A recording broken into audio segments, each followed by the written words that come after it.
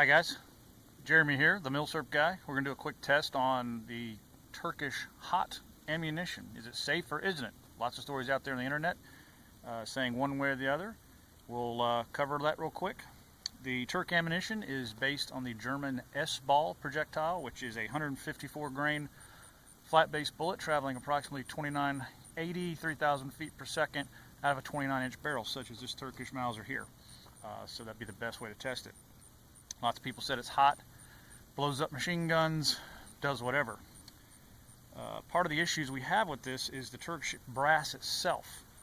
The brass, in some cases, is quite brittle. It has lost its elasticity, which means when it's fired in a chamber, the brass doesn't return to its normal size before extracting. It basically sticks, gets larger and stays where it is. That causes hard extraction. So to cover this test, we've got some Turk ammo. We're going to fire a couple rounds of it. Notice bolt lift as I operate the bolt here. And then I've got 2 rounds that are loaded into fresh commercial brass, which means the brass is more ductile, it's better quality, it will return to it'll shrink some so it won't grab the chamber walls. Same note, when they say you can't use this in semi-auto because the powder is too slow or whatever, what's happening is that semi-auto is trying to unlock and extract the brass from the chamber. The brass, being not ductile or brittle, will actually tear, and when it tears, then it vents all the gas into the receiver, blows the gun, or whatever you want to call it. By having the brass replaced with more modern brass, we'll see if this problem goes away.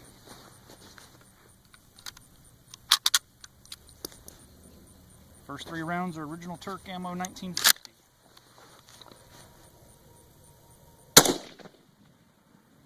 $31.92, pretty fast. Kind of stiff, good extraction. $31.99, so let's call it 3,200. Brass bolt is still a little stiff, not horrible. 32.23, not bad. Bolt's not too bad on that one. Here we are in fresh brass. 32.43. Bolt was a lot easier to manipulate. Primers look good. No worse than the original. Only the slightest hint of cratering. That one didn't kick quite as hard. Look at that. A lot softer extraction. Brass looks fine. So, quick test shows it's going 3,200 feet per second. That's zipping along quite a bit. Cause for concern? Not really. The rifle's safe. It's handling it. Some of the main concerns that were come about is that the actual chamber pressure is at the upper end of the specifications for 8mm Mauser. Possibly so. Dangerous? Not really. You saw the rifle work fine. I mean, especially bolt action. Not having any issues with that. I mean, 3,200 feet per second out of 150 grain 8mm. I have a 29-inch barrel.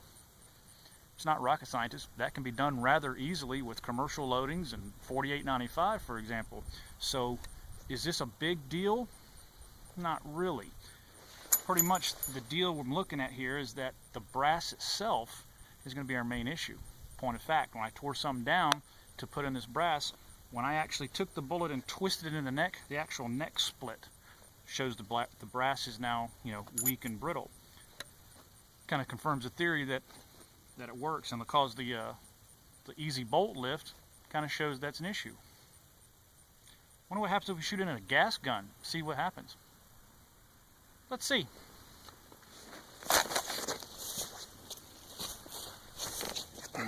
All right, here we are. I didn't have a Hakim or FN49, so I figured I'd bring up the G43 as a test mule. What better way to test Turkish ammo except in a G43 semi-auto. Quick note about the rifle. It's a BCD manufactured rifle. It's mostly matching except for the bolt carrier assembly. Excellent condition bore.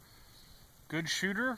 It's got an adjustable gas system that's put on it with a reduced orifice in it to set up for Yugo milsurp that I put in fresh cases instead of shooting the corrosive primers. First 2 rounds are going to be Yugo in fresh brass, followed by a 42 Turk, followed by a 1950 Turk. See what happens. Got a little high-speed camera here. We're going to measure bolt speed, do some pictures at the end. I'll put some slow-mo and we'll see what happens. Hold on.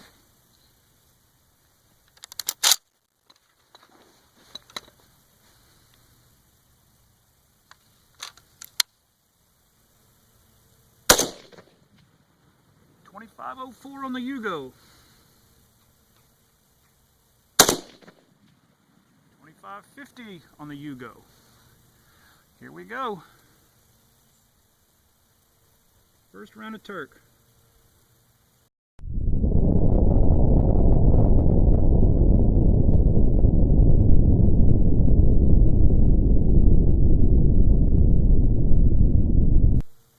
Just kidding. A little bit sharper recoil, 3080. 1950. 3010. Not too shabby.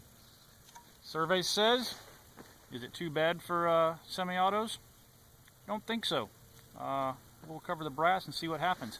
Matter of fact, I can see 4 pieces of brass that are all laying in pretty much the same area. From Boyle's Law, that deduces that the gas system and the gas pressure is very similar, because for the brass to be in the same spot, the bolt had to be moving at a comparable speed, because the force of ejection on the brass will throw it different if it's all different speeds, if you follow what I'm saying. Anyways, let's see what happens. Okay, we're back. Got the brass. All the Turk brass was within 2 foot of the Yugo brass. It was all in a straight line over at about 2 o'clock. The Yugo brass has slight primer cratering compared to the Yugo, which kind of points to the high pressure chamber pressure. Not port pressure, which would affect semi-automatic rifles, but actual chamber pressure here. Depending on your bolt face and the firing pin interference fit, you may have some primer leakage. Something to think about. Turk ammo inherently dangerous? No. It can be used. It has some things you need to worry about. A couple things I did notice on another test with this ammo. The weight of the brass, heavier, thicker brass. Turk brass is very light, about 177 grains per casing empty, and most other brass that I used to replace it was heavier.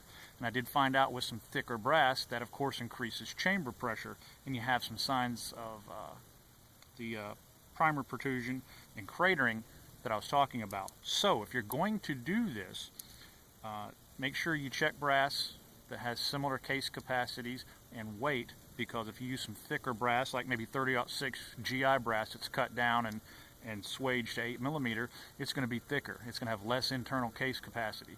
That less case capacity brings the chamber pressure up. And if the 8mm Turk is already at the high end of the limits, you may be pushing it over. That doesn't mean Turk itself is bad, it means your reloading practices are bad. So you need to make sure that you use brass that's acceptable. Or in the process of doing this, when you change it over, drop a grain or 2. But as a reloader, you should always know you start low and work up. But I'm going to have a few more rounds of ammunition we're going to test here, put some high-speed camera film at the end, and you'll see what's going on. And hope this changes your opinion, or at least get you a little more informed about Turk ammunition and what it can and can't do. Again, thanks for watching. Make sure you hit like and subscribe and all that good stuff, and I appreciate everything you do. Thanks. Alright guys, I'm back. I figured I'd add one little thing to this test that we were talking about. The G43 has been shot with an adjustable gas piston, which I have right here. It now has an original gas piston in it. We're going to compare the bolt speed in an original against the adjustable system. To note, my brass is landing 8 to 9 feet at 2 o'clock. Not too bad. That's right about where you want it. Let's see what the Germans really had to deal with as far as their ejection pattern.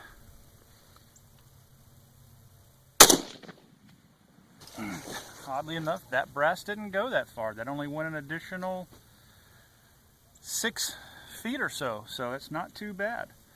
To note, my gun also has brand new springs in it. Well, newer springs than the original 40-some dated springs that were in it. So that's probably got something to do with it. We'll do a follow-up report on this later. Thanks again.